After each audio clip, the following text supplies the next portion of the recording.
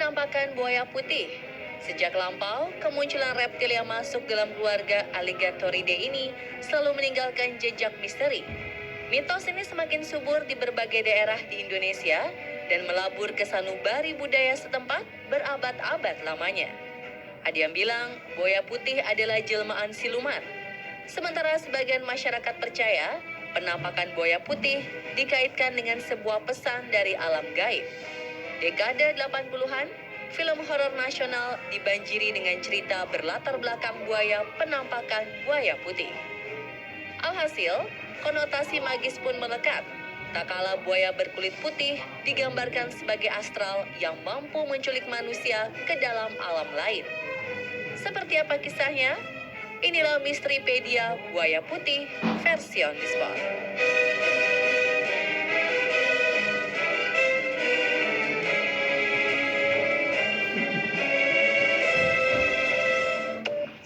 Buaya di kali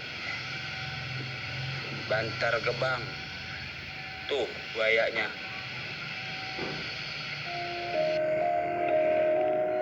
Baru-baru ini publik gempar dengan penampakan buaya putih yang terekam kamera warga. Video berdurasi sekitar 1 menit ini mendadak viral. Reptil pemakan daging tersebut tak sungkan lagi berjemur di bantaran Sungai Cilengsi, Gunung Putri, Kabupaten Bogor. Peristiwa yang terjadi pada 26 September kemarin ini sontak menghebohkan warga sepanjang bantaran sungai. Bagaimana tidak, buaya dengan panjang sekitar 3 meter, bercorak hitam pada bagian ekor, memiliki aura magis dengan dominasi kulit berwarna putih. Hingga akhirnya pada awal Oktober, tim gabungan dari 9 organisasi di wilayah Bogor dan Bekasi berhasil menangkap 3 buaya sekaligus di sepanjang Sungai Cilengsi. Oleh sebagian masyarakat, kemunculan buaya ini sering dikaitkan dengan tuah kemarahan sang penunggu sungai atas semakin masifnya pencemaran lingkungan.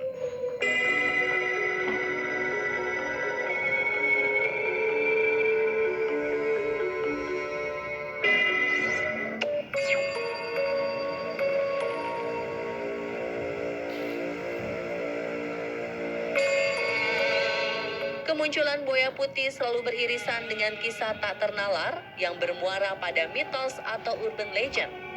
Ajaibnya, kisah-kisah mistis yang konon tercipta berdasarkan konteks zaman itu masih didukung dan diyakini oleh masyarakat hingga kini. Misalnya saja cerita buaya putih di Sungai Brantas, Jawa Timur. Ada keyakinan jika sosok buaya putih menampakkan diri, berarti akan ada masyarakat yang menjadi korban. Sebuah isyarat orang tenggelam di sungai atau tumbal manusia yang dijadikan persembahan penghuni gaib Sungai Brantas. Bahkan tak sedikit seliweran asumsi adanya perubahan situasi politik. Sekitar Sungai Brantas memang ada semacam komunitas yang dipercaya itulah komunitas siluman buaya, ya.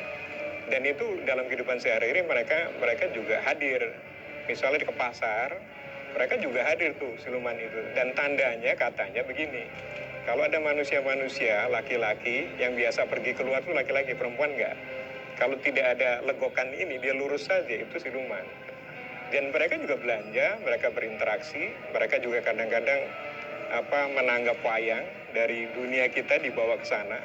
Jadi bertanggap wayang dan sebagainya, itu mereka biasa aja.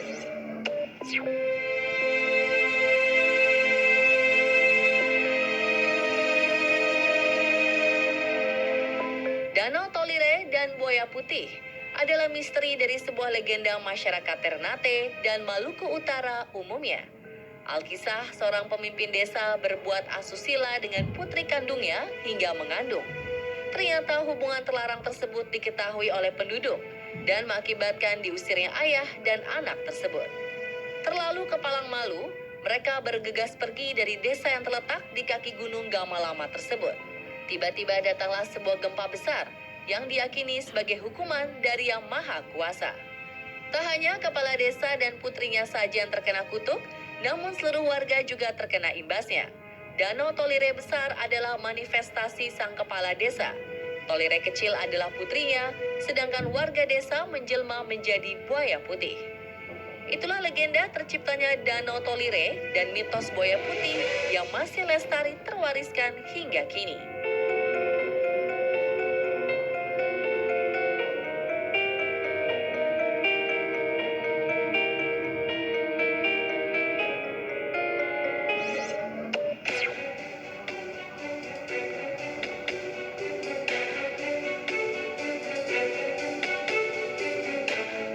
mitos beredar di sekitar situs Lawang Sanga Cirebon.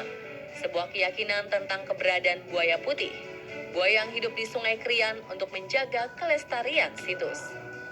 Kisah yang bergulir, buaya tersebut adalah jelmaan salah seorang putra dari Sultan Sepuh I Samsudin Martawijaya bernama Elang Angkawijaya. Ia dikutuk lantaran tidak tunduk kepada sang sultan ayahnya. Elang Angkawijaya memiliki kebiasaan buruk yaitu makan sambil tidur tengkurap.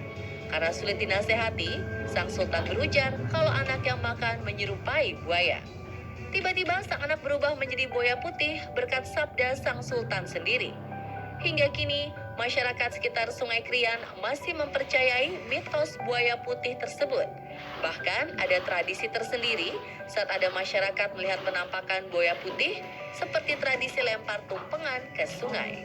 Ada beberapa binatang yang menjadi simbol-simbol, apakah simbol mistis, simbol apa yang kaitan dengan kekuatan ya. Misalnya kita lihat banteng, ya, macan atau singa, kemudian burung perkutut ya, lalu garuda, ya, satu lagi ular.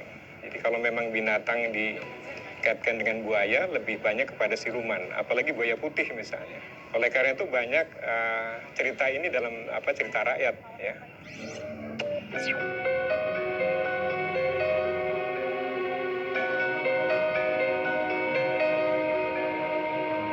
Buaya putih memiliki nama ilmiah Mississippi alligator. Pertama kalinya, spesies ini ditemukan di Louisiana pada tahun 1987. Seperti semua buaya, mereka juga hidup di air tawar, rawa, sungai, dan ekosistem sejenis. Sejatinya, telah terjadi kelainan genetik pada buaya berwarna putih. Penampakan yang pucat disebabkan oleh hipomelanisme atau kondisi rendahnya pigmen melanin kulit. Gejala inilah yang akrab disebut albino. Buaya putih yang jarang ditemukan bisa saja karena hanya sedikit bayi buaya putih mampu bertahan hidup lebih lama. Kulit yang cenderung terang menjadi incaran mudah bagi para predator.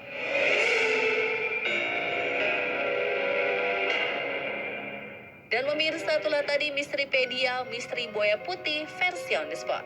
Saksikan terus On The Spot biar terus update info misteri, wow, dan kekinian.